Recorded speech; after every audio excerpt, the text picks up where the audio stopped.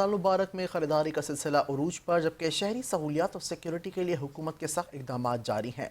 इस बारे में मज़ीद बता रही हैं 5 न्यूज़ की नुमाइंदा सबा रहमान।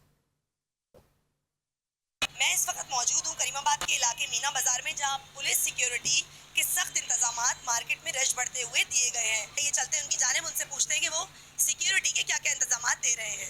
सिंध पुलिस ने इस तरीके से अपने सिक्योरिटी के इंतजाम को कायम किया हुआ है, बेहतर बनाया हुआ है कि डिफरेंट एरियाज पे हमने पुलिस एहलकारों को ड्यूटीज़ पे सरंजाम देने को दिया है, जहाँ पे हम रोड ब्लॉकेज भी खुलवा रहे हैं। मार्केट में अगर कोई ऐसी हमें इन्फॉर्मेशन मिलती है कि जेब कतरों के हवाले से या किसी भी हवाले से, तो पुलिस एहलकार उसको फ़ौरन ही जाकर देखते हैं, मालूमात करते हैं और इस तरीके से हम सारे इंतजाम को देख रहे हैं।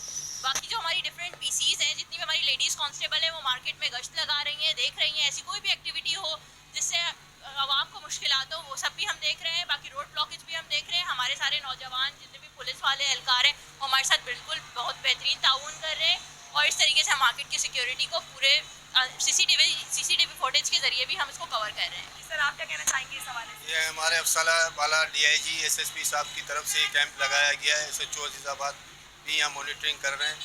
इस हवाले से कोई भी नाखुशगवार वाक़या ना हो, हमें तैनात किया गया। बाकी ये है कि काफ़ी जवान जो है मार्केट में देख रहे हैं, हमारे कोई किसी का पर्स वगैरह ना निकल जाए।